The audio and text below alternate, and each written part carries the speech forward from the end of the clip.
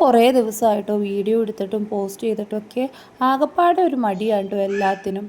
അങ്ങനെ ഇന്ന് ഇവളെയും കൊണ്ട് സ്കൂളിൽ പോകാൻ നേരത്ത് കുറച്ച് പരിപാടി കൂടിയുണ്ട്. അപ്പോൾ ഇവളെ ആദ്യം സ്കൂളിലാക്കിയിട്ട് വേണം ഞങ്ങൾക്ക് പോകാനായിട്ട്. ഈ കയ്യിലിരിക്കുന്ന കുക്കർ കുറേ കാലമായിട്ടോ വെറുതെ ഇരിക്കുന്നത്. അത് എൻ്റെ നന്നാക്കാൻ കൊടുക്കാൻ വേണ്ടിയിട്ട് ഞാൻ എടുത്ത് വെച്ചിട്ട് പിന്നെ ഓരോരോ കാരണങ്ങൾ കൊണ്ട് അത് കൊടുക്കാതെ ഇപ്പോൾ ഒരു വർഷത്തിന് മേളിലായി. അപ്പോൾ വേറെ ഒരു വലുതുള്ളത് കൊണ്ട് തന്നെ അതുകൊണ്ട് അഡ്ജസ്റ്റ് ആക്കുമായിരുന്നു. ഇന്ന് പോകുന്ന വഴിക്ക് അതും ചെറിയൊരു മിക്സിയുടെ ജാറും ഇരിപ്പുണ്ടായിരുന്നു. അത് നന്നാക്കാനായിട്ട് കൊടുക്കണമായിരുന്നു. പിന്നെ സ്കൂളിലോട്ട് ചോറ് കൊണ്ടുപോകാത്തതുകൊണ്ട് തന്നെ ഓരോ ദിവസം ഓരോന്ന് ഒപ്പിച്ചെടുക്കാനായിട്ട് പാടാണ് കേട്ടോ.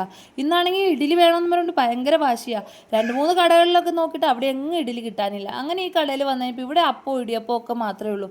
അങ്ങനെ അവൾ അപ്പം കൊണ്ടുപോകാൻ സമ്മതിച്ച് അവിടെ കയറി അപ്പവും മേടിച്ചിട്ടാണ്. ആ സമയത്ത് ചില്ലുംകൂടിൽ നല്ല ചൂടുള്ള പത്തിരി കണ്ട്. ആ പത്തിരിയാണെങ്കിൽ എനിക്ക് നല്ല ഇഷ്ടമാണ് കേട്ടോ.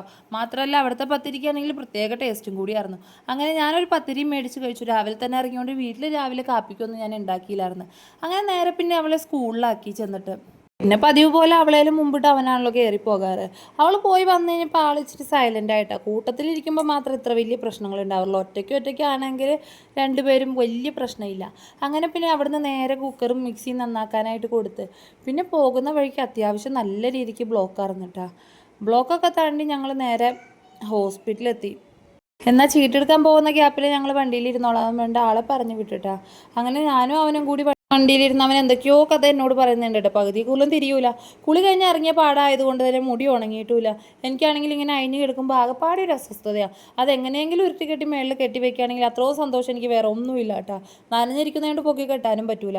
അങ്ങനെ അതൊരു വിധത്തിൽ ചുരുട്ടി കൂട്ടി എവിടെയൊക്കെയോ അഡ്ജസ്റ്റ് ആക്കിയും വെച്ച് അപ്പോഴേക്ക് ഇക്കാക്ക വന്ന് അങ്ങനെ നേരെ പോയി ഡോക്ടറെയൊക്കെ കണ്ട് മരുന്നൊക്കെ മേടിച്ചുകൊണ്ട് ഞങ്ങൾ നേരെ തിരിച്ചു വന്ന് വണ്ടിയിലും കയറിയിട്ട് തിരിച്ചു പോകാനായിട്ട്.